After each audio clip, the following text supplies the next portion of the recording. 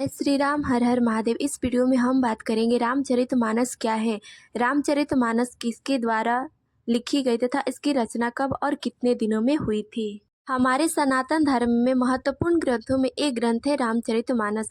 रामचरितमानस 3 शब्दों से मिलकर बना है। राम पहला, दूसरा शब्द है चरित तथा तीसरा शब्द है मानस। राम का अर्थ पर ब्रह्म परमात्मा, जो भगवान श्री हरि विष्णु जी के अवतार हैं, जिन्होंने अपने भक्तों की रक्षा हेतु मनुष्य रूप में अवतार लिया। दूसरा शब्द चरित का अर्थ है अच्छे कर्म तथा मानस का अर्थ झील होता है। इस प्रकार रामचरितमानस का अर्थ हुआ राम के अच्छे कर्मों की झील। यह शीर्षक भगवान राम के दिव्य चरित्र एवं असाधारण व्यक्तित्व को दर्शाता है। रामचरितमानस हमारे सनातन धर्म की एक बहुमूल्य ग्रंथ है। यह ग्रंथ हर सनातनी की आस्था से जुड़ा हुआ है। रामचरितमानस की हर चौपाई और मंत्र लोगों के बीच अच्छी शिक्षा प्रदान करती है।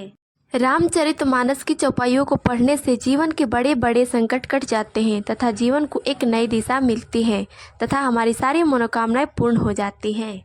इस ग्रंथ को अवधी साहित्य की एक महान कृति माना जाता है। रामचरितमानस के नायक भगवान श्री राम है, जिनको एक मर्यादा पुरुषोत्तम के रूप में दर्शाया गया है। वह अखिल ब्रह्मांड के नायक स्वामी श्री हरि विष्णु जी के अवतार हैं।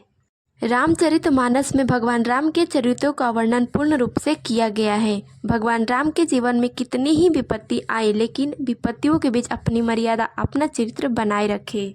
रामचरितमानस में दोहे, चौपाइयाँ, सोठों और छंद का आश्रय लेकर भगवान राम के जीवन से जुड़ी सभी प्रसंगों का वर्णन किया गया है।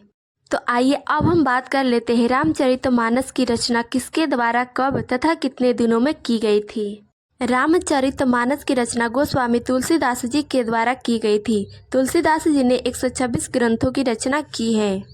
मान्यताओं के अनुसार भगवान शिव ने तुलसीदास जी के सपने में आकर रामचरितमानस महाकाव्य लिखने का आदेश दिया था।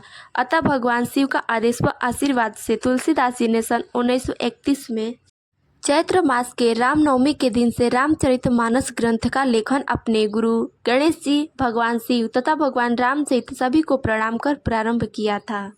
सन 1633 में अगहन मास के शुक्ल पक्ष की पंचमी तिथि पर इस ग्रंथ का लेखन पूर्ण हुआ था। इसी दिन भगवान श्री रामचंद्र जी का विवाह भी संपन्न हुआ था।